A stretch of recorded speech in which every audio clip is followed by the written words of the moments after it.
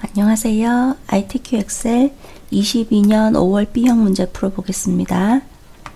수험자 유의사항에 보시면 답안 파일 이름 정하실 때 파일 이름은 수험번호 빼기 성명으로 만들라고 되어 있고요. 이런 식으로요. 그다음 답안 파일 저장할 때 저장하는 위치는 내 PC 안에 문서 폴더 안에 ITQ 폴더가 시험장에 가면 마련되어 있는데 ITQ 폴더 안에 답안 파일 저장하시면 됩니다.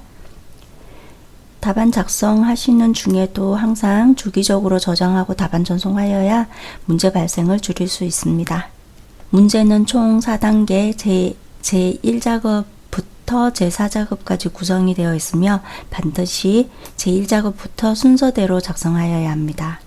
모든 작업 시트의 A열은 열 너비 1로 지정하고 나머지 열은 적당하게 조절하면 됩니다. 엑셀 시트 아래쪽에서 작업 시트 추가해 보겠습니다. 아래쪽에 보이는 더하기 모양 2번 클릭해 주고요.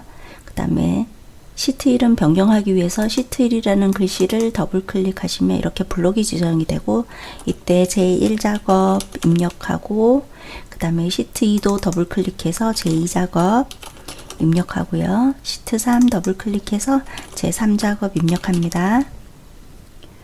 시트를 모두 다 선택하기 위해서 이렇게 지금 타이핑 친 곳에서는 오른쪽 버튼이 잘 눌러지지 않고요. 다른 시트를 이렇게 선택을 해서 마우스 오른쪽 버튼 눌러서 모든 시트 선택 누릅니다. 그러면 모두 다 이렇게 하얗게 바뀌고 이게 제목 표시줄에 보면 그룹이라고 보입니다. 이렇게 그룹이 지정된 상태에서는 어떤 작업을 하든 3개의 시트에 다 동일하게 적용되겠습니다. 지금 3개의 시트에 모두 다 동일하게 적용할 것은 A열 열너비 1 지정하는 겁니다. 해보기 위해서 A열에 대한 열머릭을 이렇게 알파벳 있죠? 여기 A라는 알파벳 이 부분을 마우스로 클릭한 채 마우스 오른쪽 버튼 누르고 열너비 클릭합니다. 1 입력하고 엔터 하고요. 그 다음에 모든 데이터는 굴림 11포인트 적용하라고 되어 있잖아요. 그래서 모두 다 굴림 적용하기 위해서 행열 교차하는 지점 바로 이 부분인데요. 행열 교차하는 지점을 클릭하면 모든 셀들이 이렇게 블록이 지정됩니다.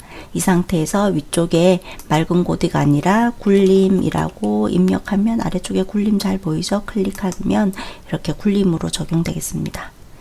기본적으로 11포인트니까 그대로 두시면 되고요.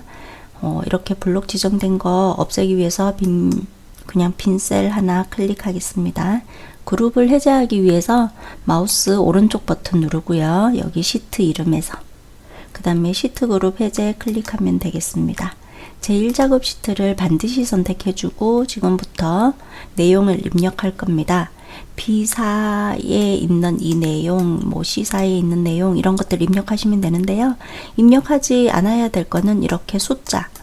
이거 숫자는 아래쪽에 이렇게 함수 설명에 대한 지시사항이니까 입력할 필요 없으세요. 자, 그러면 B사 셀 마우스로 클릭하고 관리 코드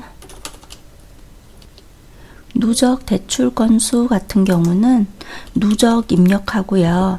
그 다음에 한 셀에서 줄바꿈 해야 되니까 키보드에서 Alt키 누른 상태에서 엔터 합니다. 그러면 커서가 이렇게 내려간 게 보이죠? 이 상태에서 대출 건수 입력하고 엔터 해주시면 되겠습니다. 그 다음에 J4셀 같은 경우도 이렇게 포인트 순위가 줄바꿈 되어 있잖아요. J4셀 선택한 상태에서 포인트 입력하고 첫 줄을 입력하고 키보드에서 Alt키 누른 상태에서 엔터를 합니다. 그럼 이렇게 줄이 바뀐 모습이 보입니다. 이 상태에서 두 번째 줄 순위 입력하고 엔터 해주시면 됩니다. 입력은 다 했고 저장 먼저 하고 진행하겠습니다. 저장하실 때에는 엑셀 화면 맨 위쪽에 보시면 이렇게 저장 아이콘 보입니다. 단축키는 Ctrl S 눌러도 되고요. 또는 파일 메뉴 눌러서 저장 눌러도 되겠죠.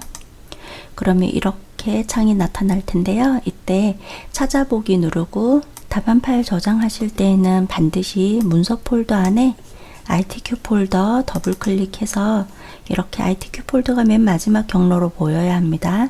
이 상태에서 파일 이름은 수험번호 빼기 이름으로 하시면 되는데요. 저는 지금 당장 수험번호가 없으니까 지금 5월달 B형 문제 풀고 있으니 OB라고 입력 하이폰 표시해주고 그 다음 본인 이름 정확하게 입력한 다음 아래쪽에 저장 버튼 누르면 됩니다.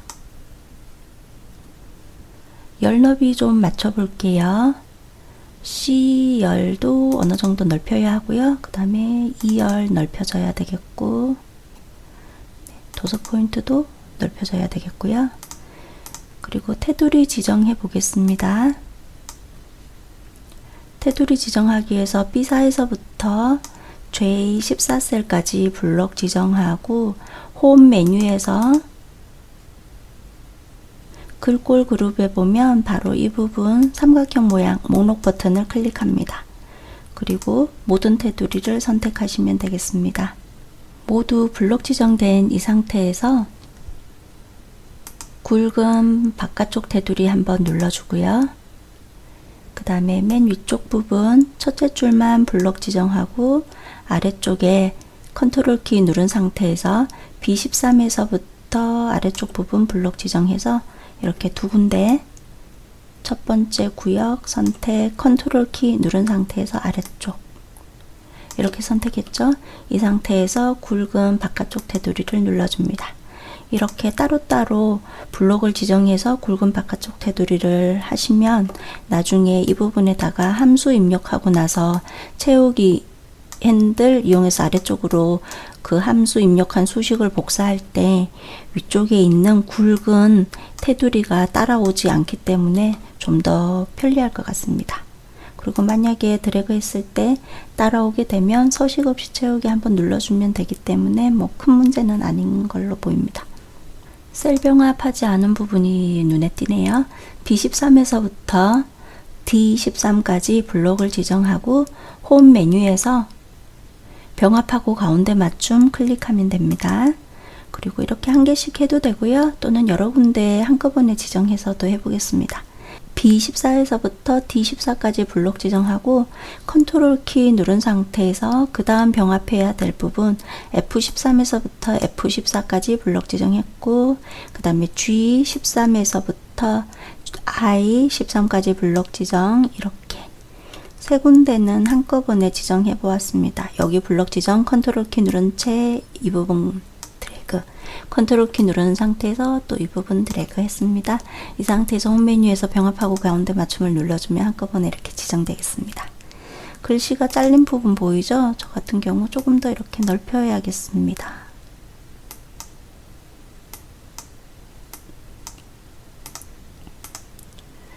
이 부분은 테두리 중에서 대각선으로 지정해 보겠습니다.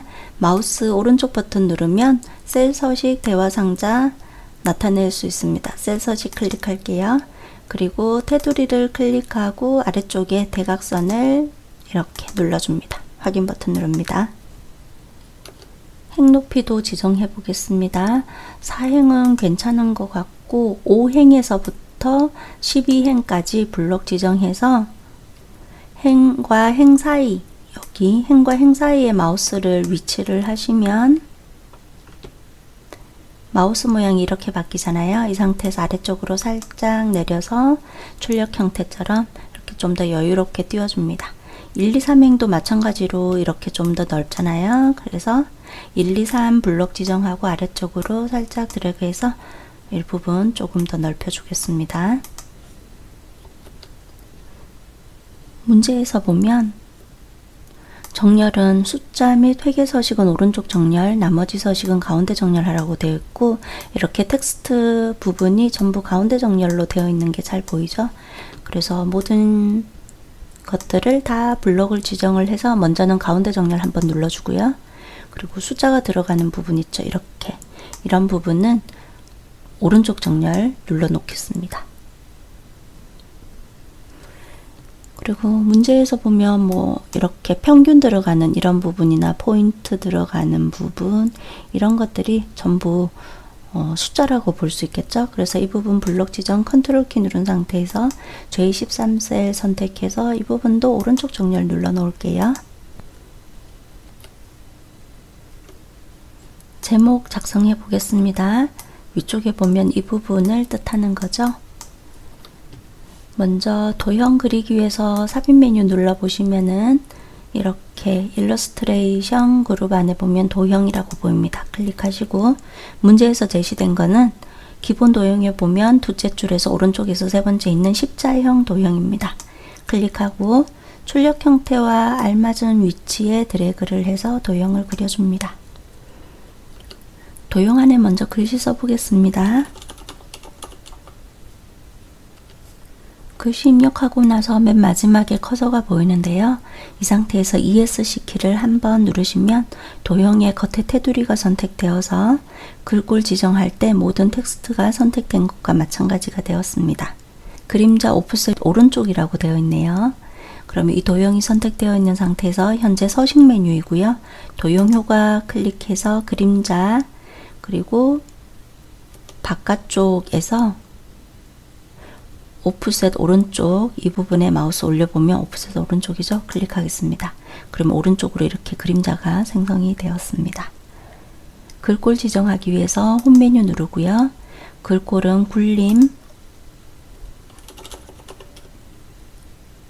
입력하고 엔터 했습니다. 글꼴 크기는 24포인트 검정 지정하기 위해서 이렇게 가라고 적혀 있는 옆에 목록 버튼을 누르고 테마색 중에서 두 번째 있는 검정 텍스트 1을 선택합니다. 굵게 적용하기 위해서 홈 메뉴에서 가가가 있는 것 중에서 맨 처음에 있는 거 마우스 올려보면 굵게 있니 선택합니다. 채우기 노랑 적용하기 위해서 이렇게 페인트 통 모양으로 생긴 거 있죠? 이게 채우기 색이니까 마우스 클릭하고 표준색 중에서 네 번째가 노랑이니까 클릭합니다. 글자가 도형의 맨 가운데에 배치가 되어 있습니다. 세로로, 가로로, 다 가운데로. 그래서 이 도형을 선택한 상태에서 홈 메뉴에 보시면은 여기 가운데 맞춤 아래쪽에도 가운데 맞춤 눌러주면 되겠습니다. 결제란 작성해 보겠습니다. 결제란 작성하실 때에는 이렇게 열 너비랑 행 높이가 조절이 돼야 되잖아요. 그래서 현재 보이는 이 표랑 상관없는 곳을 선택해서 입력하시면 더 좋습니다. 그래서 저는 L16셀 정도 선택을 해 보겠습니다. 이 상태에서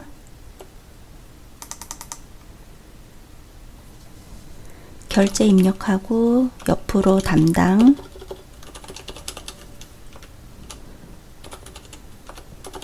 글씨를 입력하고 나서 L16에서부터 O17까지를 블록 지정하겠습니다. 테두리 지정하기 위해서 위쪽에 보면 굵은 바깥쪽 테두리 아까 지정하고 있었는데요. 삼각형 모양 눌러서 모든 테두리를 선택하겠습니다. 모두 다 가운데 정렬되어 있잖아요. 해서 홈 메뉴에서 현재 가운데 맞춤 누릅니다. 이렇게 두 개의 셀은 병합을 해야 되겠죠. 해서 두 개의 셀 블록 지정하고 나서 홈 메뉴에서 병합하고 가운데 맞춤 클릭합니다. 이 부분은 열 너비가 줄어들어야겠습니다. 해서 L과 M 사이에 마우스를 위치를 하고 왼쪽으로 약간 드래그해서 이렇게 열 너비를 맞추겠습니다. 행 높이도 너무 좁잖아요. 여긴 이렇게 넓고 그래서 17, 18 사이의 마우스 위치에서 아래쪽으로 내려서 이렇게 맞추겠습니다. 그리고 이 부분은 보니까 이렇게 세로 쓰기가 되어 있죠. 홈 메뉴에서 이렇게 가나라고 적혀 있는 이런 부분이 보입니다. 이 부분 클릭해서 세로 쓰기 누르면 글자 방향을 세로로 바꾸실 수 있겠습니다.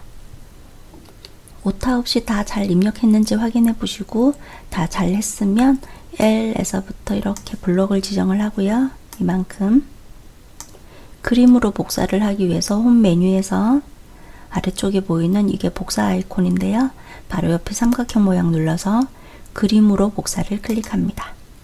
대화 상자가 나타날 거예요. 그대로 확인 버튼 누릅니다. 붙여 넣을 곳을 선택하겠습니다.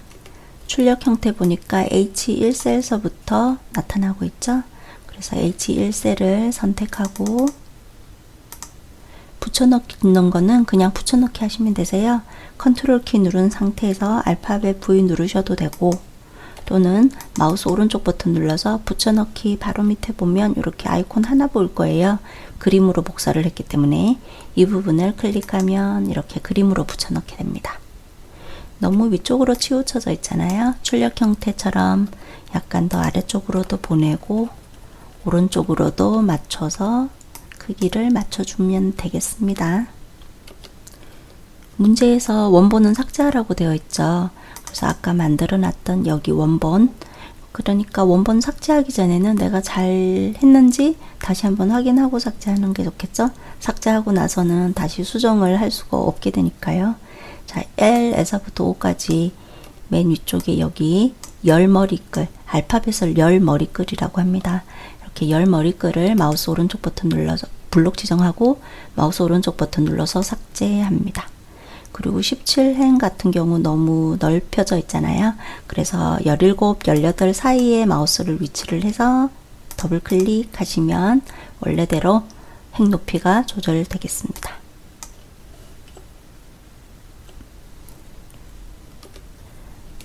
일작업 보면 여기 이 부분에 눈금선이 보이지가 않잖아요. 그래서 눈금선 먼저 없애버리겠습니다. 보기 메뉴에 보시면은 눈금선이라고 있습니다. 선택 해제하겠습니다. B사에서부터 J4, G14, I14 주황으로 지정해 보겠습니다. 바로 여기랑 여기 이렇게.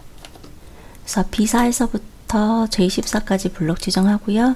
주황 선택하기 위해서 홈 메뉴에 보면은 여기가 채우기 하는 곳이죠. 클릭해서 표준색 중에서 주황 누르시면 되고요. 그 다음에 여기는 두 군데를 한꺼번에 선택해 보겠습니다.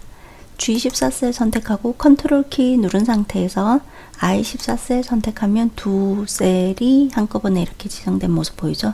이 상태에서 홈 메뉴에서 채우기에서 표준색 중에 세 번째 있는 주황을 선택해 주시면 되겠습니다. 물론 한 개 한 개 선택해서 적용해도 되고요. 다음 유효성 검사 지정해 보겠습니다. H14셀이 하라고 되어 있고 대출 도서 C열에 있는 것 이용하라고 되어 있네요. 그러면 I14셀 선택하겠습니다. I14셀 선택하고 데이터 메뉴에서 데이터 유효성 검사인데 여기 이렇게 창이 넓다면 이런 식으로 보일 거예요. 여기 아래쪽에 있는 부분을 클릭해서 클릭해도 되고요. 위쪽에 있는 아이콘 그대로 클릭해도 되겠습니다. 그런 다음에 제한 대상은 모든 값이어서 지금 여기 H14셀에 어떤 값이든 입력하면 모두 입력이 되고 있습니다. 그런데 제한을 하라고 했잖아요. 그래서 마우스를 여기 모든 값 이 부분을 클릭을 해서 목록으로 바꿔줍니다. 왜냐하면은 대출 도서 이 부분이 이렇게 목록으로 되어 있으니까요. 목록 아니고 다른 거 정수나 소수점 이런 것들은 별 상관이 없는 거죠. 목록을 클릭, 그 다음에 원본의 마우스를 클릭을 하고요. 클릭을 딱 이렇게 해놓고 그런 다음에 C5에서부터 C12까지 블록을 지정합니다. 문제에서 제시된 것처럼 이렇게 블록을 지정했습니다. 확인 버튼 누르겠습니다. 그러면 이렇게 목록 단추가 보입니다. 유효성 검사를 목록으로 지정하면 그래서 목록 단추를 클릭을 하고 출력 형태에 있는 것처럼 바다 목욕탕을 클릭해 놓겠습니다. 그러면 이렇게 적용이 되었잖아요. 이 상태에서 제가 아무런 글씨나 막 이렇게 입력하고 엔터를 하면 입력을 할 수 없으세요. 데이터 유효성 검사는 좀 전에 지정했던 그 목록만 입력 가능하도록 입력하는 것을 제한하는 겁니다. 그래서 이 부분에서 또 마우스 클릭해서 예를 들어 해리포터 이렇게 클릭을 하면 해리포터라는 글씨를 일일이 타이핑 치지 않아도 자동으로 목록에서 선택할 수 있어서 편리하게 되었습니다. 문제에서처럼 맨 위쪽에 거 선택해 놓겠습니다. 자주 저장하시면서 작업해 주세요. 저장하는 단축키는 컨트롤 키 누른 채 알파벳 S 누르시면 됩니다. 컨트롤 S. 그 다음에 할 거는 셀 서식 해 보겠습니다. G5에서부터 G12셀 바로 이 부분이고 여기에다가 숫자 뒤에 권 표시하라고 돼 있고 표시 형식 예를 보니까 천 단위 구분기호 쉼표 있으면서 권 들어가네요. 그러면 천단에 구분기호 넣는 가장 기본적인 것은 샵 콤마 샵샵 0 하시면 되겠죠. 그 다음에 권이란 글씨 붙여 넣어주고. 자, 그러면 지정해야 될 부분 블록 지정하겠습니다. G5에서부터 G11셀까지 블록 지정하면 되고요. 이렇게. 그런 다음에 셀 서식 대화 상자 나타내는 방법 되게 여러 가지가 있죠. 가장 쉽게는 마우스 오른쪽 버튼 누르고 셀 서식 클릭하면 되고요. 또는 셀 서식 단축키 있잖아요. 컨트롤 키 누른 상태에서 숫자 1 누르시면 되세요. 다 왼쪽에 있는 키보드에서 왼쪽에 있는 것들 누르시면 돼요. 컨트롤 1 이렇게 해도 되고, 또는 홈 메뉴에 보시면은 글꼴 아래쪽에 화살표, 맞춤 아래쪽에 화살표, 표시 형식 아래쪽에 있는 화살표, 얘네들 중에 하나 누르면 되는데요. 지금 우리는 표시 형식 지정하려고 하잖아요. 그래서 표시 형식 바로 아래쪽에 있는 화살표를 누르면 바로 표시 형식이 이렇게 활성되면서 보여주게 됩니다. 이 상태에서 문제에서 제시한 이런 셀 서식 맞추라는 거, 이런 거는 사용자 지정을 눌러야 합니다. 위쪽에 기본적으로 되어 있는 이런 것들은 시험 문제에 나오지가 않아요. 그래서 우리 시험 문제에 나오는 사용자 지정을 클릭. 그런 다음에 샵 콤마 샵샵 0 권 입력하면 되니까 아래쪽에 보면 이 부분에 샵 콤마 샵샵 0이 있어서 먼저 클릭하겠습니다. 이렇게 클릭을 하면 위쪽에 이렇게 표시된 거 잘 보이잖아요. 이 상태에서 맨 마지막에다가 권이라고 입력하면 되고요. 기본적으로는 지금 생략해도 될 일이긴 한데, 기본적으로는 문자에는 큰 따옴표를 입력해 주시면 되겠습니다. 천단의 구분기호 쉼표이면서 숫자 뒤쪽에 문자를 나타내는 방법, 이렇게 해주시면 됩니다. 확인 버튼 누르겠습니다. 자, 그러면 실제로 여기 이렇게 더블 클릭해 보면 1024, 1024, 바로 이 셀의 실제 원본 데이터는 1024인데 화면상 보이는 것만 이렇게 1,024, 권 이런 식으로 되어 있어서 뭐 파악하기가 좋게 만들어 놓은 거죠. 권수를 나타내는 거니까 권이라는 말이 있으면 우리가 인식하기가 좋고, 그 다음에 천단의 구분기호 쉼표가 있으면 읽을 때 편리하잖아요. 그래서 이렇게 표시 형식 지정하는 거는 화면상 보여주는 형식일 뿐, 실제 원본 데이터는 이렇게 더블 클릭해 보면 205 이렇게 딱 세 글자라는 사실을 아셔야 되겠습니다. 도서 포인트에 있는 숫자를 살펴보면 숫자 뒤쪽에, 근데 저 같은 경우는 이렇게 테두리랑 숫자가 다닥다닥 붙어 있잖아요. 그래서 이런 부분에 대해서는 회계 형식 지정해 주면 좋긴 한데요. 먼저 아래쪽에 차트를 살펴볼게요.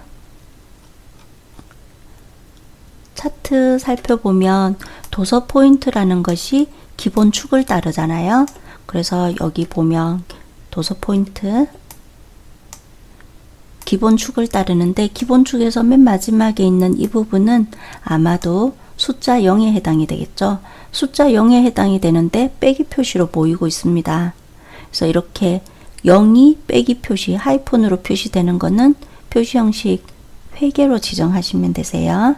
그래서 H5에서부터 H12까지 블록을 지정을 하고요. 이만큼.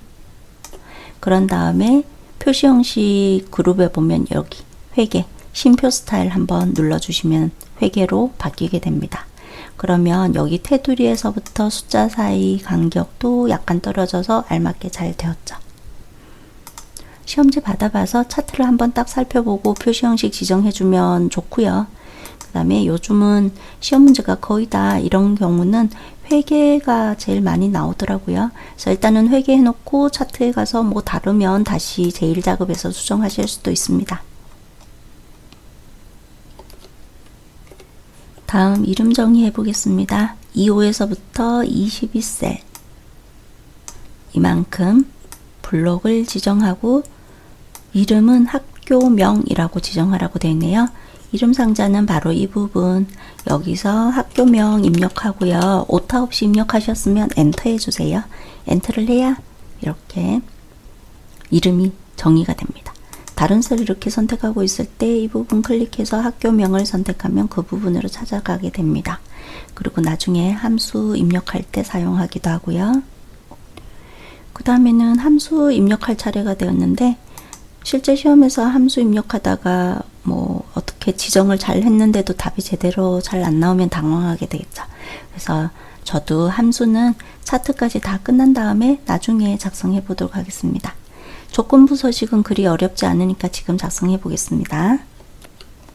조건부 서식 문제를 여기 아래쪽에 이렇게 캡처해서 붙여놨으니 참고하시기 바라고요. 조건부 서식 하실 때 이번 문제는 수식을 이용하여 라고 적혀 있고 누적 대출 건수 1000 이상인 데이터 행 전체에 다음 서식을 적용하시오. 글꼴은 파란 굵게 행 전체에 서식 적용하라고 되어 있으니까 먼저는 행 전체. 행이라는 거는 레코드를 뜻한다고 보셔야 됩니다. B5에서부터 J12셀까지 블록 지정하겠습니다. 이만큼. 이 부분에서 대출 누적 건수 이 부분에 있네요. 여기서 1000 이상인 데이터가 있으면 그 행 전체에 서식을 적용하라는 얘기잖아요. 그래서 서식을 적용될 가능성이 있는 그 부분을 모두 다 블록을 지정한다고 보시면 되겠습니다. 그리고 홈 메뉴에서 위쪽에 보면 조건부 서식 있고요. 문제에서 수식을 이용하여 라고 적혀 있으면 새 규칙을 눌러주세요. 그런 다음에 맨 마지막에 있는 수식을 사용하여 서식을 지정할 셀 결정을 클릭합니다. 그 다음 아래쪽에 마우스를 이렇게 클릭을 해주고요. 그 다음에 누적 건수라고 누적 건수가 1000 이상이라고 되어 있잖아요. 저 누적 건수 중에서 맨 위쪽에 있는 셀 G5셀을 선택합니다. 그러면 이렇게 절대참조로 나타나게 될 겁니다. 그러면 G5셀만 1000 이상인지 비교할 수 있고 이게 절대참조가 고정되어 있으니까요. 아래쪽에 있는 행들을 비교할 수가 없잖아요. 그래서 참조 형태를 바꾸겠습니다. 키보드에서 F4키를 2번 눌러줍니다. 2번 눌러주면 G 앞에는 달러가 들어있고 O 앞에는 달러가 없죠. 달러가 없는 곳은 5행에서 6행으로 6행에서 7행으로 5라는 글씨가 행번호라는 거 아시죠? 여기 보면 행번호 5라는 거. 그래서 5, 6, 7, 8 이런 식으로 밑으로 내려가면서 자료를 비교하게 되겠죠. G 앞엔 달러가 있어야 합니다. G열만 비교하면 되지 H열로 막 이동이 되면 안 되니까요. 그래서 이렇게 F4키 2번 눌러주면 됩니다. 이 상태에서 1000 이상이니까 크거나 같다. 크거나 같다 표시 이상은 이렇게 표시하고 1000 입력하시면 되겠습니다. 이게 조건식입니다. 자, 이 조건식이 참 true이면 어떤 서식을 적용하는지 파란 굵게 해야 되잖아요. 그래서 서식 적용하기 결정하기 위해서 서식 버튼 클릭하고요.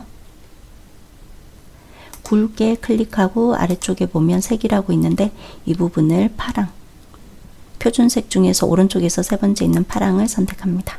굵게 파랑 그 다음 확인 버튼 누르고 또 확인 버튼 누릅니다. 이렇게 눌러서 누적 대출 건수가 1000 이상이라고 했으니까 바로 이 부분하고 이렇게 1000 이상인 거 있죠? 그 다음에 여기도 1000 이상 여기도 1000 이상 이렇게만 서식이 잘 들어갔는지 확인해 보시고요. 굵게가 적용되다 보니까 이 부분은 샵으로 보이네요. 이런 경우는 F열이 좁아서죠.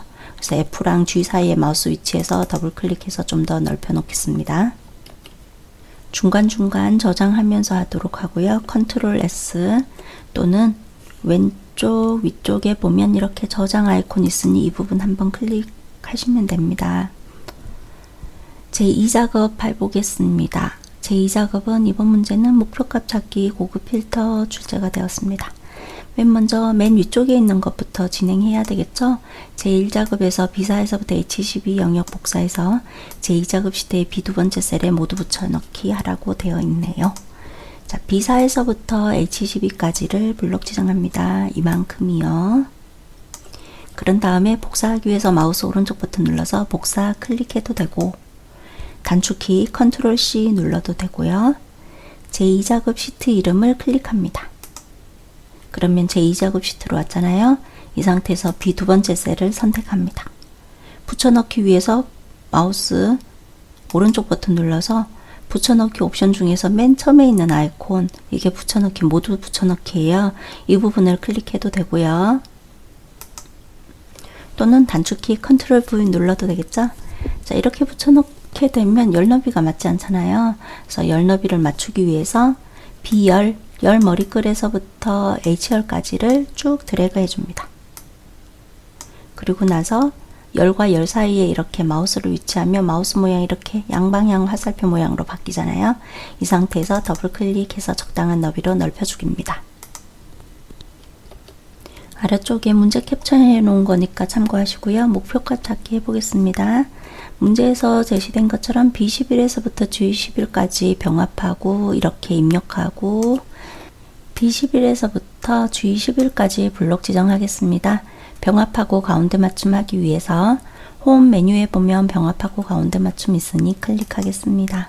그리고 내용 입력할게요. 문제에서 제시된 것처럼 테두리 가운데 맞춤 해보겠습니다. 그래서 B11에서부터 H11까지 블록 지정하고 홈 메뉴에서 모든 테두리 선택합니다. 그리고 H11셀 있죠? 이 부분에 대해서는 가운데 맞춤 눌러주어야겠습니다. 문제에서 daverage 함수 이용해서 이 부분의 평균을 구하라는 거네요. 자, H11셀 마우스로 클릭하고 등호 표시한 다음에 daverage DA 정도 입력하시면은 daverage 보이죠? 더블 클릭하고 그 다음에 맨 처음에 보이는 데이터베이스 있잖아요. 여기는 필드 이름, 레코드 포함될 수 있도록 범위 지정하면 됩니다. 필드 이름은 맨 첫 번째 있는 이 행을 뜻합니다. 그 필드에 대한 제목이잖아요. 그래서 B2에서부터 H10까지 블록 지정하겠습니다. B2에서부터 H10까지. 아래쪽에 이렇게 병합되어 있는 건 절대 블록 지정하시면 안 됩니다. 그 다음에 쉼표 하고요. 제가 지금 셀에다가 입력하고 있었는데 이렇게 해도 되고 FX 눌러서 하셔도 돼요. 저 지금 FX로 갈아탈게요. 자, FX 이렇게 누르면 좀 전에 범위 지정한 거 잘 보이고 필드라고 되어 있는 부분 있잖아요. 여기 두 번째 있는 필드. 필드가 바로 몇 번째 열에 대해서 평균 구하는 함수니까 평균을 구하는지 선택해 주면 되세요. 문제에서 보면 누적 대출 건수 평균이라고 되어 있잖아요. 그래서 누적 대출 건수가 G 두 번째 셀에 있죠. 여기 G 두 번째 셀. 그래서 G 두 번째 셀을 이렇게 선택해서 넣어주면 되겠습니다. 크라이티어리어라고 있는 부분이 바로 크라이티어리어가 조건이란 뜻이에요. 여기 대출 누적 건수에 대해서 몽땅 다 평균 구하는 거 아니라 어떤 애들만 평균 구하냐 하면 월계 초등학교 학생. 월계 초등학교가 여기 이렇게 세 개이잖아요. 그러면 월계 초등학교에 해당되는 이 부분이랑 여기랑 이렇게 세 개에 대해서만 평균을 구하라는 뜻이에요. 다 평균 구하는 거 아니라 어떤 조건? 월계 초등학교라는 조건. 그래서 그 월계 초등학교라는 조건을 넣을 때도 이렇게 데이터베이스 함수잖아요. 데이터 D가 붙어 있는 이런 거는 반드시 필드 이름을 포함합니다. 2에서부터 2, 3셀까지 블록을 지정하면 되겠습니다. 그러면 학교명이 월계 초등학교다 라는 조건이 됩니다. 다음 확인 버튼 누르겠습니다. 그럼 이거 다시 한번 더블 클릭해 보면 이렇게 함수는 입력했습니다.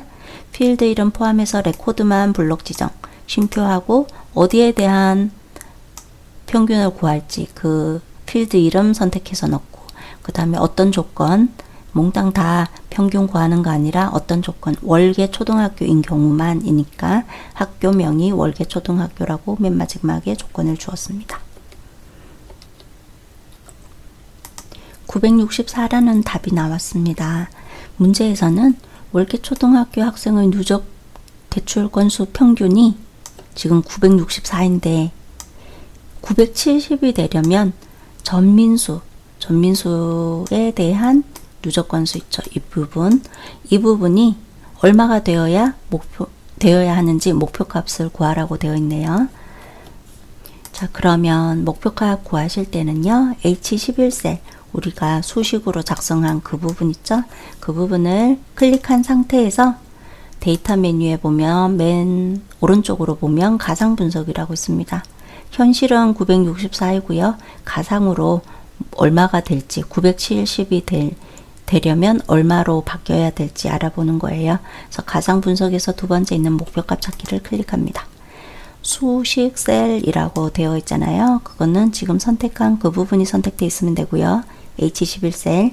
그 다음 찾는 값이 바로 목표값입니다. 우리의 목표값은 970, 그래서 970이라고 바꾸고요. 이렇게 970이 되려면 값을 바꿀 셀, 아까 봐놨죠? 전민수 학생에 대한 누적 대출 건수는 바로 이 부분이잖아요. 그래서 이 부분을 마우스로 클릭해서 넣어줍니다. 바로 이 부분을 얼마로 변경해서 여기가 970이 되도록 알아보는 거예요. 확인 버튼 누르고 또 확인 버튼 눌러보면 아까는 다른 거였는데 지금 1042가 되면 970이 되고 있습니다. 고급 필터 해보겠습니다. 고급 필터 할 때는 필드명을 잘 보시면 되세요. 학교명이 뭐뭐이거나 그 다음에 누적 대출 건수가 뭐뭐다 이렇게 돼 있잖아요. 그래서 학교명 누적 대출 건수 먼저 복사해서 붙여 넣을게요. 이 2에서부터가 아니라 이 셀 선택하고 컨트롤 키 누른 상태에서 G 셀 선택, 두 개의 셀이 선택됐잖아요. 컨트롤 C 눌러서 복사한 다음에 조건은 B14셀부터 붙여 넣으라고 되어 있으니까 B14셀을 선택하고 붙여 넣기 하시면 되겠습니다. 그럼 아래쪽에다가 이제 조건식을 써줘야 하잖아요. 조건식 쓸 때는 학교명이 수문초등학교다 라고 되어 있으니까 수문초등학교도 복사해서 붙여 넣을게요. 이 5셀을 선택을 하시고 컨트롤 C 자, 이 5셀을 선택하고 컨트롤 C 그 다음에 B15셀 선택하고 붙여넣기 하겠습니다. 컨트롤 V 그리고 비열 약간 넓혀서 글씨 다 보여주게 해주고요. 그 다음에는 누적 대출 건수가 1200 이상이다. 1200 이상 이걸 입력을 해야 하잖아요.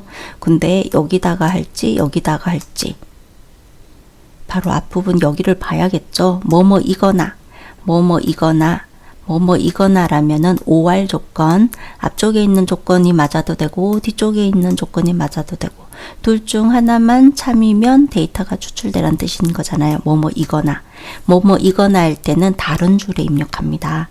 다른 줄 바로 밑에 줄에 내려서 입력하시면 돼요. 1200 이상이니까 크거나 같다 1200 입력하시면 되고요. 이렇게 비교 연산자 작성할 때 크거나 같다는 이렇게 작성하시면 돼요. 그리고 같지 않다는 이렇게 작성하고 작다는 이렇게 크다는 이렇게 작거나 같다 이하라는 것은 이렇게 작성하시면 되겠습니다. 그럼 진짜 고급 필터 작성해 보겠습니다. 고급 필터 하실 때에는 B2에서부터 H10셀까지 B2에서부터 H10셀까지 이 부분만 블록 지정하셔야 됩니다. 아래쪽에 병합되어 있는 이런 셀이나 레코드가 아닌 부분은 절대 선택하시면 안 되세요. 자, 이렇게 필드 이름하고 레코드 부분만 선택을 하는 겁니다. 블록을 지정하고 나서 고급 필터 할 거니까 데이터 메뉴 선택하고 고급이라고 선택하시면 되고요. 그 다음에 문제에서는 B18번째 셀부터 복사하라고 되어 있잖아요. 그러니까 다른 장소에 복사를 클릭해 주시면 되겠습니다. 조건 범위에 마우스를 클릭을 하고 조건 입력한 B14에서부터 C16까지 이만큼 블록 지정해서 넣어주면 되고 그 다음 복사 위치는 문제에서 제시한 것처럼 B18번째 셀 선택하시면 됩니다. 문제에서 모든 필드에 대해서 다 나타나라고 되어 있는 거지 몇 개 필드에 대해서만 표시하라고 되어 있는 게 아니기 때문에 그냥 B18번째 셀 비어있는 셀 하나 선택해 주시면 됩니다. 확인 버튼 누르겠습니다. 실제 시험에서는 내가 작성한 게 결과가 제대로 잘 나왔는지 확인을 해봐야 되겠죠. 수문초등학교이거나 1200 이상인 거잖아요. 그래서 수문초등학교인 아이들 전부 다 나왔는지 보셔야 돼요. 두 개 있는데 두 개가 다 이렇게 표시가 되었고 누적 대출 건수가 1200 이상이죠. 그래서 수문초등학교가 아니어도 상관없이 누적 대출 건수 1200 이상인 거 이렇게 두 개네요. 그러면 여기 이지연하고 김승이 있는 이 부분도 다 나타났다는 걸 파악하시면 되겠습니다. 제2작업은 다 풀었지요. 제3작업 해보겠습니다. 제3작업에서는 이번에 부분합 문제가 나타났잖아요. 그러면 여기 맨 위쪽부터 잘 읽고 하시면 돼요. B사에서부터 H12 영역 복사해서 제3작업 B 두 번째 셀에 모두 붙여넣기 하기 위해서 제1작업을 선택하고요. 블록이 지정이 되어 있네요. 그대로 컨트롤 C 해도 되고 뭐 다시 블록 지정해도 되고요. 어쨌든 B사에서부터 H12 셀까지입니다. 이거 복사했고요. 제3작업 선택하고 B 두 번째 셀을 선택하고 붙여넣기 하기 위해서 컨트롤 V 눌러도 되고 마우스 오른쪽 버튼 눌러서 이렇게 맨 앞쪽에 있는 아이콘 선택해도 되는 거였습니다. 열 너비 맞추겠습니다. B열에서부터 H열까지 이렇게 쭉 드래그 한 상태에서 열과 열 사이에 마우스를 위치하면 양방향 화살표 모양 이때 더블 클릭하시면 되겠습니다. 부분합 진행할 때 여기 조건 보고 차례차례 하시면 되세요. 먼저는 출력 형태처럼 정렬하고 라고 되어 있잖아요. 정렬할 때는 이렇게 글씨가 제일 길쭉한 이런 부분 있죠. 여길 딱 보는 거예요. 그러면 학교명을 보면 월 나오고 수 나오고 산 나오고 이러잖아요. 정렬하기 위해서 정렬해야 되는 필드 이름을 선택해 줄게요. 아래쪽에 있는 셀들 선택해도 별 상관없고요. 그냥 필드 이름을 선택해 보겠습니다. 그리고 2형 나오고 이런 식이니까 히읗에서부터 큰 값에서부터 작은 값으로 이렇게 내려가는 거죠. 그래서 위쪽에서 보면 데이터 메뉴에서 바로 이 부분 히읗에서부터 기억으로 내려가는 이 아이콘 내림차순이죠. 내림차순을 클릭합니다. 이렇게 클릭하고 문제에서처럼 월계, 수문, 산월 이런 식으로가 잘 그룹이 되었는지 살펴보세요. 똑같이 잘 되었다 하시면 그때 이제 부분합을 진행해 주시면 됩니다. 부분합 진행하실 때에는 문제에서 제시된 것처럼 한 개씩 차례대로 하시면 돼요. 이게 첫 번째, 그 다음 두 번째. 그래서 첫 번째는 대출자의 개수를 구하는 거죠. 부분합 하실 때에는 이렇게 바깥에 빈 셀 선택하시면 절대 안 되고 표 안에만 마우스 위치하면 됩니다. 그리고 데이터 메뉴에서 맨 오른쪽에 보면 부분합 보입니다. 창이 이렇게 넓다면 부분합 여기 맨 마지막에 보입니다.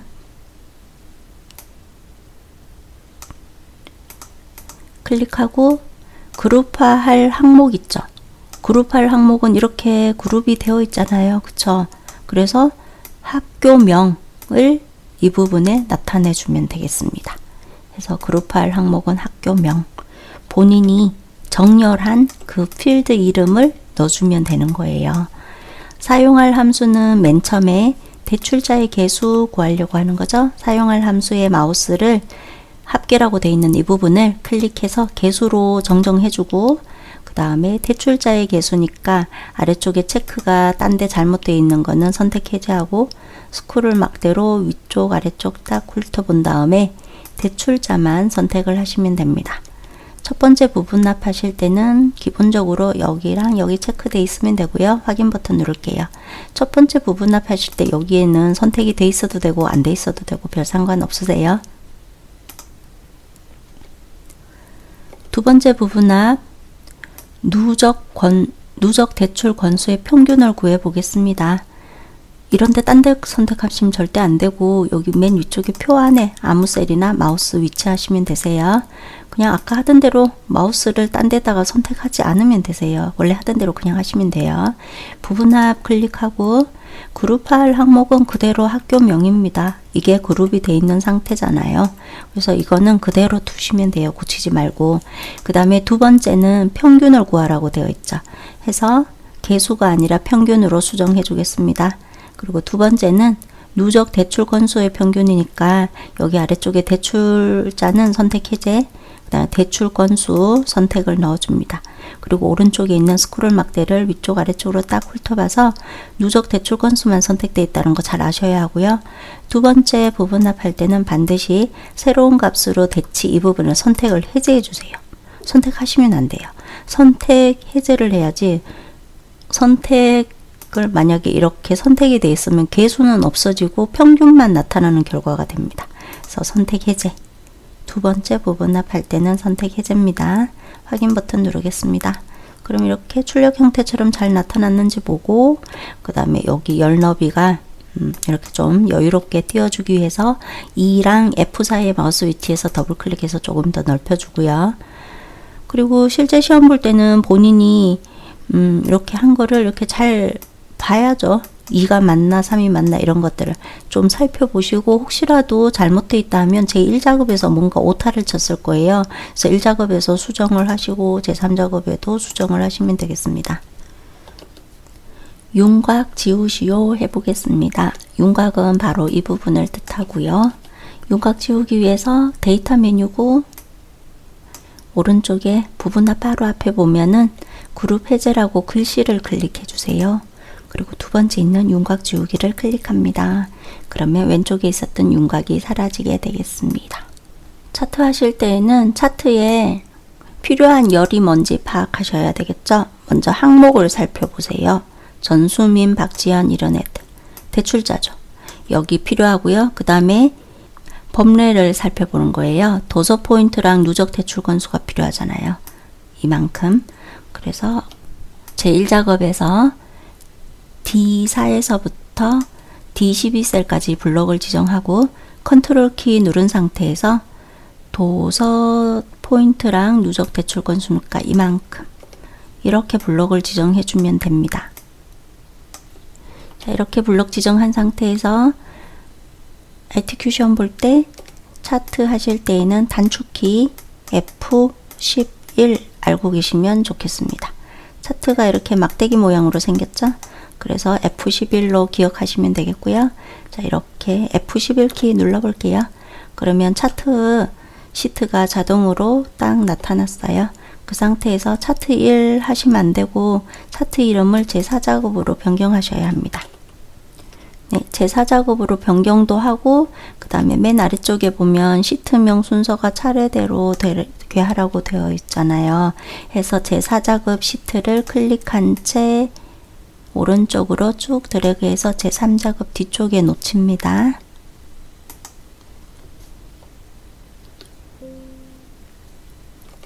방금 3번 지시사항을 다 한 거고, 이제 4번 지시사항 보겠습니다.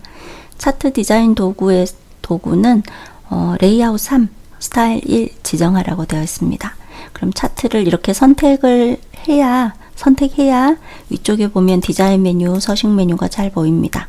디자인 메뉴 선택을 하고 왼쪽에 보면 빠른 레이아웃이라고 보이잖아요. 이 부분에서 레이아웃 3 마우스를 세 번째에 올려보면 레이아웃 3이니까 클릭하고요. 일단 스타일 1 지정하라 되어 있으니까 바로 여기 이 안쪽 부분이 차트 스타일이죠. 그래서 맨 처음에 있는 스타일을 클릭합니다. 5번 지시사항에 보면 영역, 차트 영역에 대해서는 이렇게 지정하라고 되어 있어요. 차트에서 마우스 이렇게 올리면 여기는 계열이고 여기는 그림 영역이고 차트 제목이고 차트 영역이다 이렇게 보여주고 있죠. 그래서 차트 영역인 곳을 마우스로 클릭을 해주세요. 반드시 이렇게 클릭을 해야 컴퓨터가 차트 영역을 선택하고 있구나 하고 인식이 됩니다. 이 상태에서 홈 메뉴 클릭하고 굴림 그리고 11포인트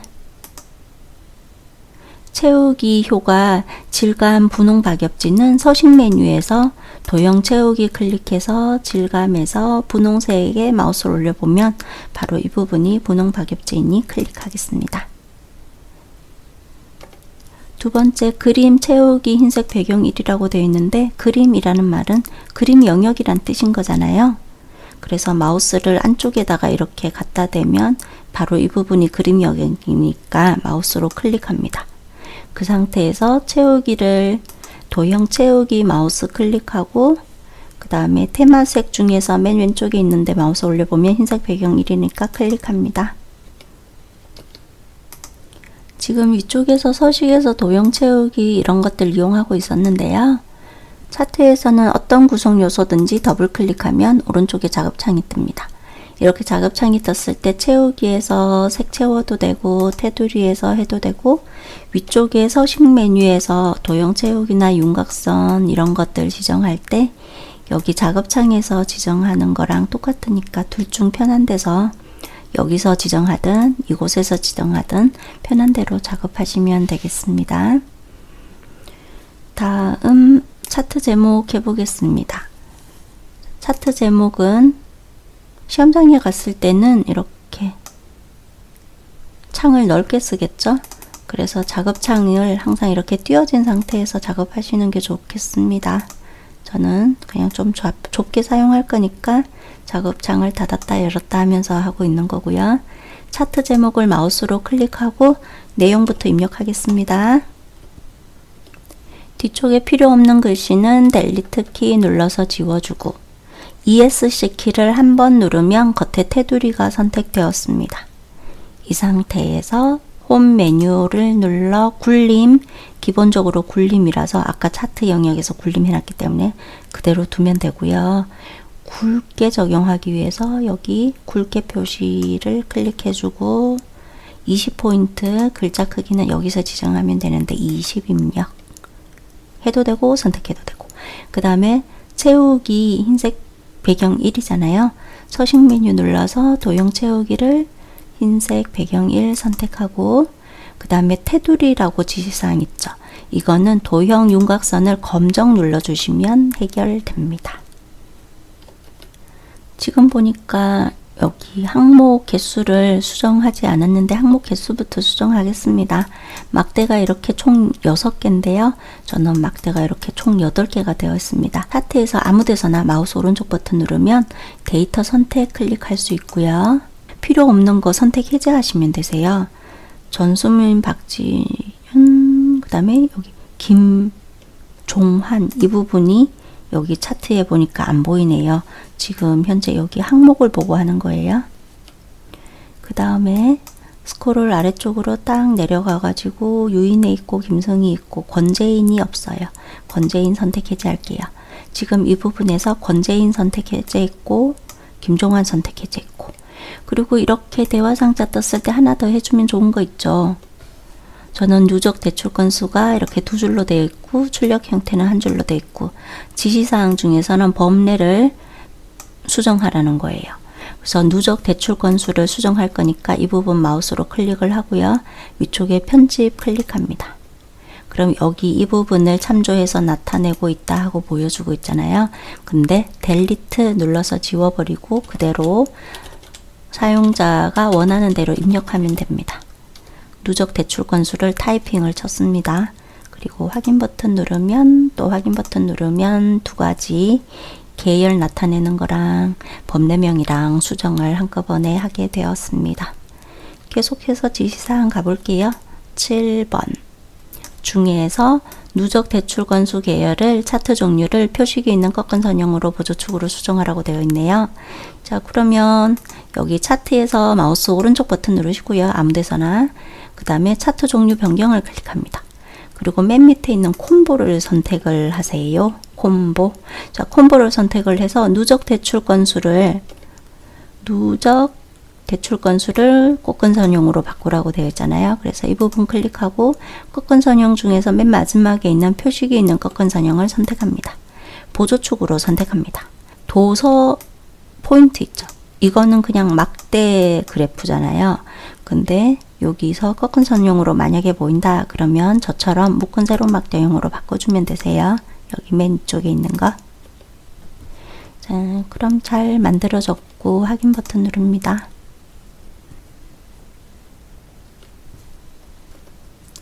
계열 출력 형태를 참조하여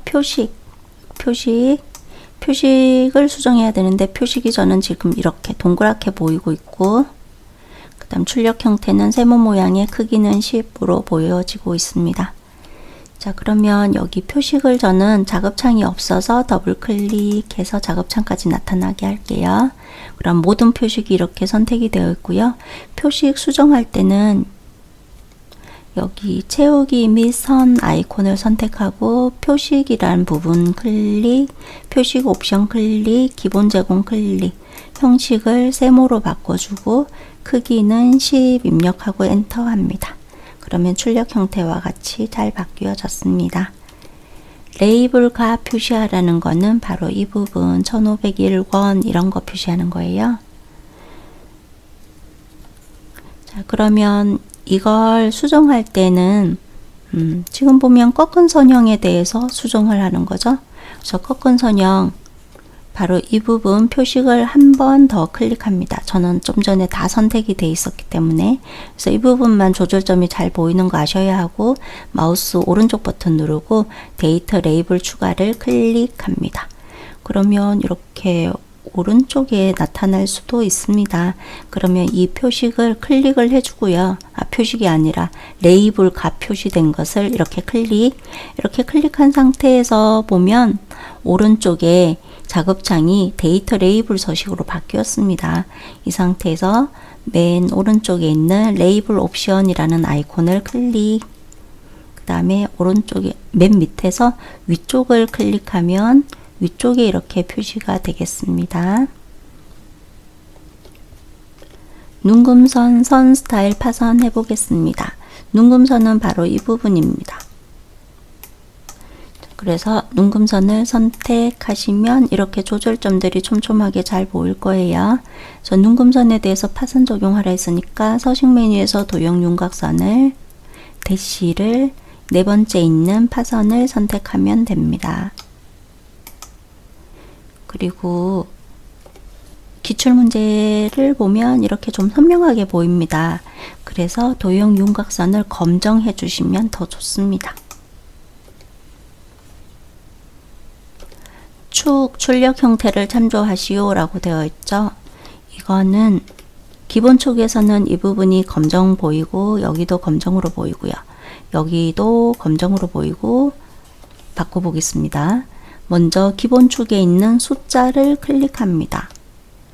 그리고 나서 오른쪽에 있는 작업창에서는 이렇게 채우기 및 선 선택해서 선에서 색을 검정을 선택해 주시면 되고요. 이렇게 딴 데 선택해 보면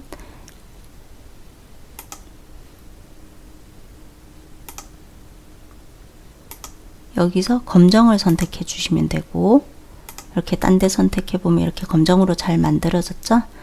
그 다음에 아래쪽에 항목 있는 글씨 이런 이름 중에서 아무거나 하나 선택을 하시면 되고, 이 상태에서 작업창에서 하셨어도 되고 오른쪽에서, 그 다음에 위쪽에 도형 윤곽선에서 검정 이렇게 눌러도 됩니다. 보조축에 관련돼서 변경해 보겠습니다. 보조축 변경할 때는 보조축에 있는 글씨 클릭하시면 오른쪽에 작업창이 여기 보조축에 대한 축서식으로 바뀌게 됩니다. 그래서 이거 선택하고 먼저는 여기 저 같은 경우 이 부분이 활성이 되어 있네요.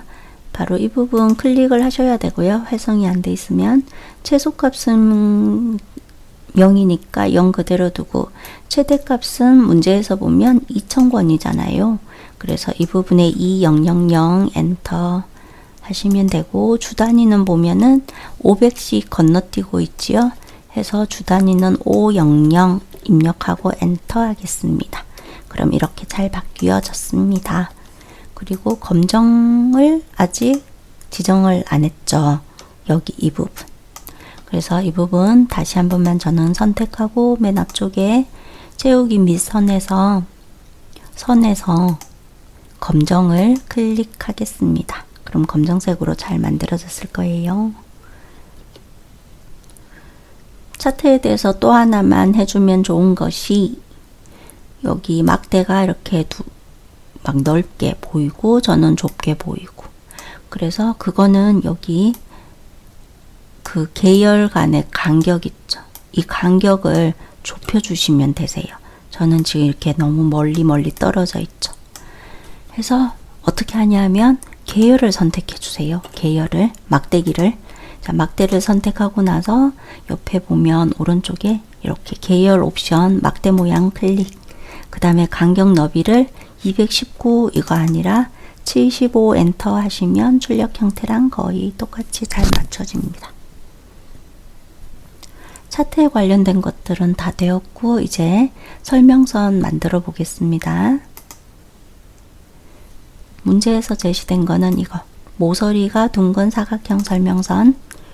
차트 선택하고 있는 상태이고, 삽입 메뉴에 보면 일러스트레이션 그룹에 보면 도형이라고 보입니다. 클릭하고 맨 아래쪽에서 두 번째 보면 모서리가 둥근 사각형 설명선이니까 클릭하고 위쪽에다가 적당한 크기로 드래그, 독서왕 입력해 주고요.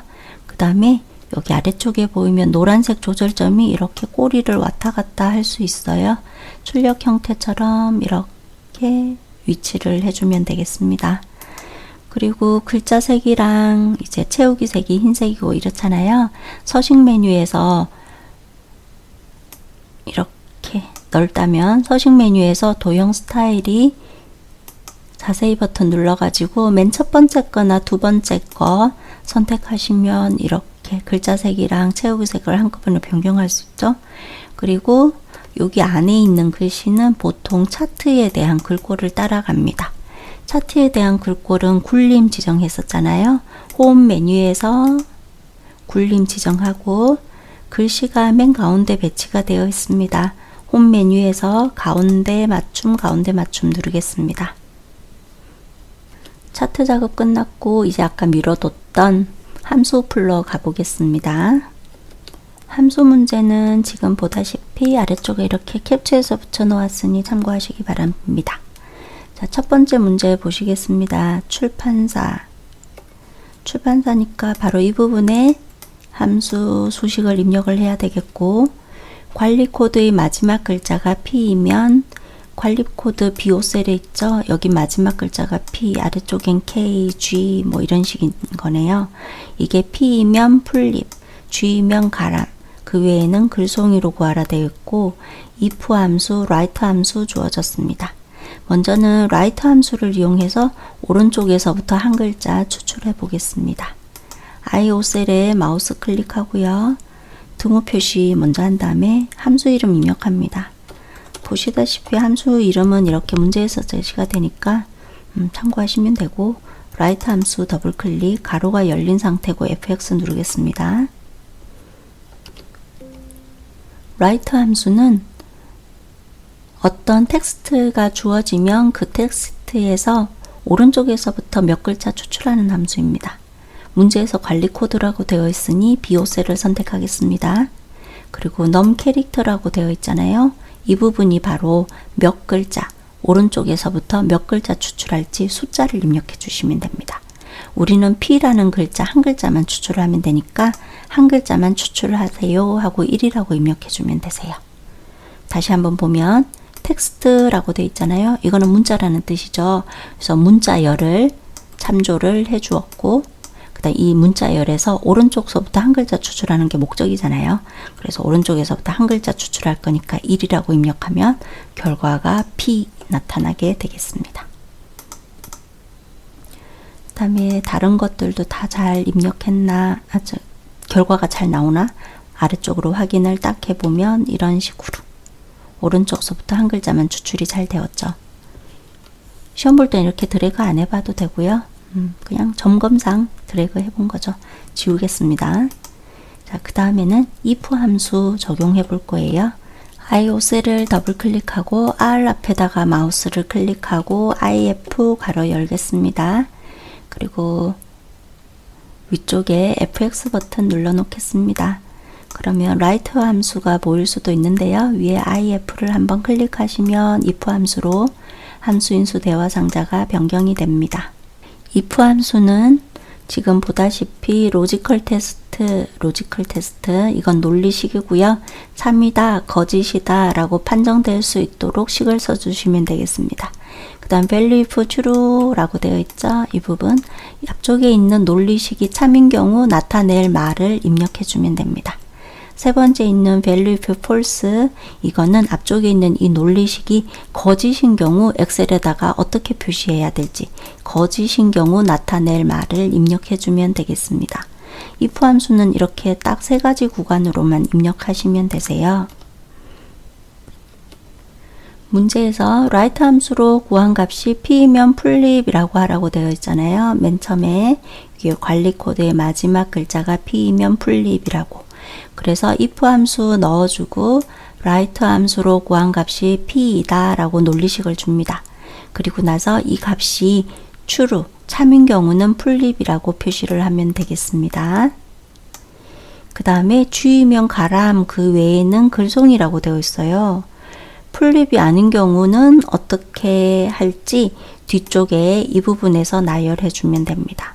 그래서 맨 앞쪽에 있는 if 함수 입장에서 보면 맨 처음에 논리식을 주고요. 이 논리식이 참인 경우는 풀립 적용하죠. 나타내죠. 그런 다음에 풀립이 아닌 P가 아닌 경우는 어떻게 할지 여기 두 번째 총 세 번째인 거죠. 세 번째에 있는 이곳에다가 열거를 해주면 됩니다.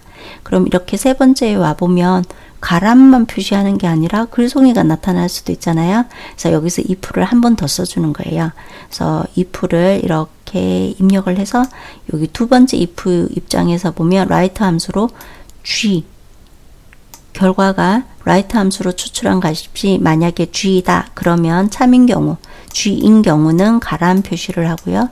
그렇지 않은 경우 글송이라고 표시를 하면 되겠습니다. 직접 입력해 보겠습니다. 자, 먼저 논리식 입력하는 곳에는 관리 코드의 마지막 글자가 P이다 라는 논리식을 줘야 합니다. 그래서 이렇게 write 함수로 추출한 이 마지막 글자 있잖아요. 이게 P이다 라는 논리식을 줄 거니까 등호 표시하고 큰 따옴표 한 다음에 P 입력하고 큰 따옴표 하시면 됩니다. 자, 이게 논리식이에요. 이 논리식이 참인 경우 어떻게 나타낼지 풀립이라고 나타나라고 했죠. 그래서 value if true에다가 풀립 입력합니다.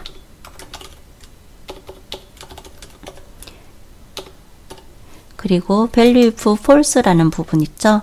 이 부분에는 가람이라는 글자 한 번만 나타나면 되는 게 아니라 그 외에 또 딴 것도 입력을 해야 하잖아요. 그래서 if를 한 번 더 적용하게 됩니다.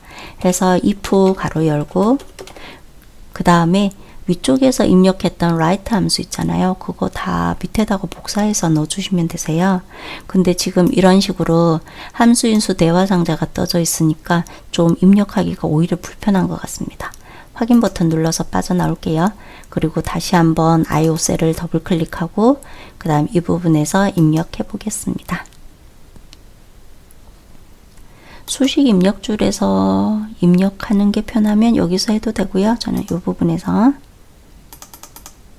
자, 그러면 앞쪽에 있는 if 여기서는 논리식 작성했고 이 논리식이 참인 경우 이렇게 거짓인 경우를 이제 입력을 해야죠. 그래서 거짓인 경우를 살펴보면 앞쪽에서 write 함수로 구한 이 값하고 너무 흡사한 거예요. 그래서 write 함수에 대한 내용을 그냥 쫙 다 복사할게요. 그 다음에 맨 뒤쪽에다가 이렇게 붙여 넣어주고 대신 다른 것들을 수정을 해야겠죠.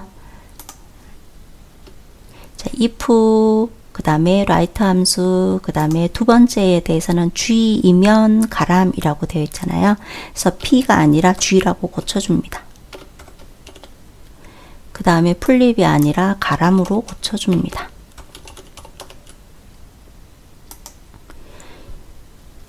두 번째 if만 살펴볼게요. write 함수로 구한 값 이게 g이다. 그러면 가람으로 표시해요. 그렇지 않은 경우는 글송이라고 하라고 되어 있잖아요. 해서 맨 마지막에다가 콤마하고 큰 따옴표 한 다음에 글송이 입력합니다. 큰 따옴표 하고요. 그 다음에 가로를 닫아야겠는데 여기 맨 앞에 보면 if가 가로가 열려 있잖아요. 그래서 맨 뒤쪽에 있는 가로를 닫아주고 그 다음에 맨 앞쪽에 보면은 if에 대해서 열린 가로가 있는데 여기 아직 안 닫았잖아요. 그래서 맨 마지막에 가로를 또 한번 닫아주고 엔터 하겠습니다. 채우기 핸들 이용해서 아래쪽으로 값도 채워보겠습니다.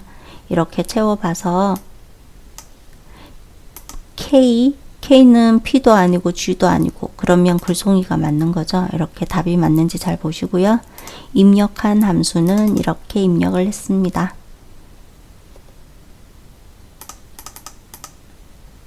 자, 이렇게 입력한 거 살펴보면 if 함수 이만큼이 논리식이고 이게 참인 경우 이렇게 표시 거짓인 경우는 if를 한 번 더 써줘야 합니다. if를 한 번 더 그리고 두 번째 if에 대해서는 이만큼이 논리식이고 참인 경우 가람 나타내고 그렇지 않은 경우 글송이를 나타내게 됩니다. 두 번째 문제입니다. 포인트 순위 구하는 거라서 J5셀에다가 내용을 입력할 거고, 도서 포인트가 어딨냐 봤더니 여기 있네요. 도서 포인트에 내림차순 순위 구하라고 되어 있고, 결과값 뒤에 위라고 이렇게 표시가 되게 하면 됩니다. 랭크 EQ 함수가 주어졌습니다. J5셀 마우스로 클릭하고 등호 표시하고 랭크 EQ 입력합니다. RANK 그 다음에 랭크 EQ 보이면 더블 클릭, 가로가 열린 상태고 FX 버튼 누르겠습니다. 함수 설명 먼저 보실게요. 랭크 EQ 함수는 이런 식으로 넘버, 순위를 구하는 함수잖아요. 그래서 여기 J5셀에 몇 등인지 구해야 되는 그 주인공, 우리 문제에서는 도서 포인트를 가지고 구하라고 되어 있어요. 그러면 224라는 이 값이 몇 등이다 하고 표시를 해야 하잖아요. 그래서 순위를 구할 셀은 224가 되겠습니다. 224. 그 다음에 REF라고 되어 있는 이거는 참조 범위예요. 224가 포함되도록 이렇게 블록을 지정해 주시면 돼요. 이런 식으로 블록을 지정을 해 주시면 됩니다. 그러면 이 범위에서 224가 몇 등인지 표시를 하게 됩니다. 오더이라고 되어 있는 이 부분은 바로 오름차순으로 순위를 구할지 내림차순으로 순위를 구할지 결정하는 거잖아요. 우리 문제에서 내림차순으로 순위를 구하라고 되어 있죠. 내림차순 순위 구할 때는 이 부분에서 0 또는 생략하시면 되고요. 그렇게 구해주면 큰 값이 1등이 되게 됩니다.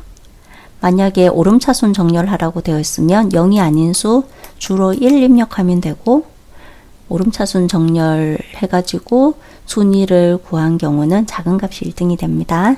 순위를 구할 수, 이 부분에 뭐가 몇 등인지 표시가 되게 하고 싶냐 이거예요. 그래서 H5셀을 선택을 해야겠죠. 문제에서 도서 포인트에 대해서 순위를 구하라고 되어 있으니까. 그 다음에 REF라는 부분 마우스 클릭합니다. 224라는 이 값이 포함된 범위를 지정해 주면 돼요. 이 범위에서 몇 등인지 표시하고 싶은 거기 때문에. 그래서 H5에서부터 H12까지 블록 지정합니다. 그리고 중요한 거는 절대 참조를 해줘야 되기 때문에 키보드에서 F4 키를 한번 눌러주세요. 그러면 이렇게 달러가 모두 다 나타나게 됩니다. 이렇게 다 총 4개. 이렇게 달러를 해놔야 나중에 함수 입력하고 채우기 핸들로 마우스 아래로 드래그 했을 때 이렇게 상대 참조가 되지 않습니다. 항상 이 부분, 범위 부분은 절대 참조 고정이 되어야 되기 때문에 달러를 입력을 한 겁니다. 자, 그럼 오더이라는 부분은 문제에서 제시가 되어 있네요. 내림차순으로 구하라고. 그래서 0 또는 생략이니까 그냥 생략하겠습니다. 확인 버튼 누릅니다. 채우기 핸들 이용해서 쫙 드래그 해보고 도서 포인트 중에서 제일 큰 값이 이렇게 1등이 잘 맞춰졌나 확인해 보시면 되고, 아래쪽에 어떤 셀을 더블 클릭해 보세요. 이렇게 더블 클릭해 봤을 때 H5셀을 참조했었을 때 H11셀까지 이렇게 잘 상대 참조가 되었는지 확인하면 되고요. 그 다음에 범위 부분은 절대 참조해 놨잖아요. 그래서 이 범위 부분은 아래쪽으로 막 내려가지 않고 항상 그 자리에 있다는 걸 알고 계시면 되겠습니다. 잊지 말아야 될 게 하나 보입니다. 앰퍼센트 연산자 이용해서 위 붙이는 거. J5셀을 더블 클릭하고 맨 마지막에 마우스로 클릭한 상태에서 앰퍼센트 입력하고요. 큰 따옴표, 그 다음에 위 입력합니다. 큰 따옴표 닫고 엔터 하겠습니다. 자, 이 부분인데 더블 클릭하면 이렇게 랭크 함수로 값 구하고 앰퍼센트 위 붙여주면 위라는 글씨가 옆에 텍스트가 이렇게 붙어져서 보입니다. 채우기 핸들 마우스 위치에서 아래쪽으로 쭉 값을 다 채워 놓겠습니다. 저장하면서 작업하고요. 저장 단축키 컨트롤 S 눌렀습니다. 23셀 해보겠습니다.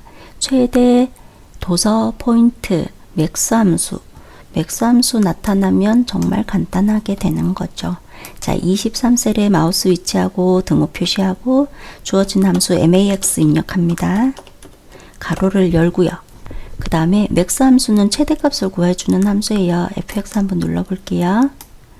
이렇게 어떤 값을 계속 나열하면 그 중에서 제일 큰 값을 표시해주는 함수예요. 근데 지금은 뭐 일일이 타이핑 치는 게 아니라 범위를 지정해주면 되죠. 도서 포인트가 H열에 있습니다. 그래서 H5에서부터 H12셀까지 블록 지정해서 넣습니다. 그 다음에 확인 버튼 누르면 여기서 제일 큰 값 315가 이렇게 표시가 됩니다. 맥스 함수 나타나면 쉽게 풀 수 있을 거예요. 23셀 선택하고 등호 표시한 다음에 함수 이름 max 입력합니다. 맥스 함수는 가로 안에다가 어떤 값들을 입력하면 그 중에서 최고로 큰 값, 최대값을 표시하는 함수입니다. 자, max 입력했고 가로를 열고 그 다음에 범위만 지정해주면 됩니다. 문제에서 도서 포인트라고 했잖아요. 도서 포인트 이 부분 이렇게 범위를 지정하시면 됩니다. 그리고 가로를 닫고 엔터를 하면 이 범위에서 최고로 큰 값 315가 표시가 되었습니다. 더블 클릭해 보면 이렇게요. 24셀 해보겠습니다. 문제 수문 초등학교 학생의 누적 대출 건수 평균 구하라고 되어 있습니다. 누적 대출 건수 평균 이 부분에 대해서 평균을 나타내야 합니다. 여기에다가 근데 조건이 있는 거죠. 수문 초등학교 학생 여기 수문 초등학교가 있잖아요. 이렇게 두 군데 그래서 그 두 군데에 대해서만 이거 두 군데에 대해서만 평균을 구하라는 뜻입니다. 주어진 함수는 sumIf 함수, countIf 함수 주어졌는데요. 평균을 구하기 위해서는 합계 구하고 그 다음에 가지수로 나눠주면 됩니다. 그래서 sumIf 함수를 이용해서 205랑 107이랑 더한 합계를 먼저 구해 보겠습니다. 이 14셀에 등호 표시하고 sumIf 가로가 열린 상태고 fx 한번 눌러 보겠습니다. 그리고 range라고 되어 있고요. 맨 처음에 그 다음 criteria sum range라고 되어 있어요. sum range라는 것이 누적 대출 건수에 대한 합계를 구해주는 거예요. 지금 현재 문제는 평균이지만 현재 sumIf 함수를 가지고는 이 부분에서 수문 초등학교에 대한 합계를 구해주는 겁니다. 여기서 먼저 합계 구하고 그 다음에 가지수 구해서 나눠줄 거라서 자, range라는 거는요. 조건이 포함된 범위를 지정해 주시면 됩니다. 조건은 수문 초등학교가 조건이잖아요. 해서 25에서부터 22셀을 블록 지정 그러면 학교명이라는 글씨가 나타났습니다. 그 전에 정의된 이름 학교명이라고 구하라고 적혀 있기도 하고 아까 맨 처음에 이 부분에 학교명이라고 이름 정의를 했었죠. 그래서 이렇게 표시가 됩니다. 크라이테리어 부분에는 수문 초등학교인 경우에만 뭘 해야 하잖아요. 그래서 조건이 수문 초등학교 타이핑 칩니다.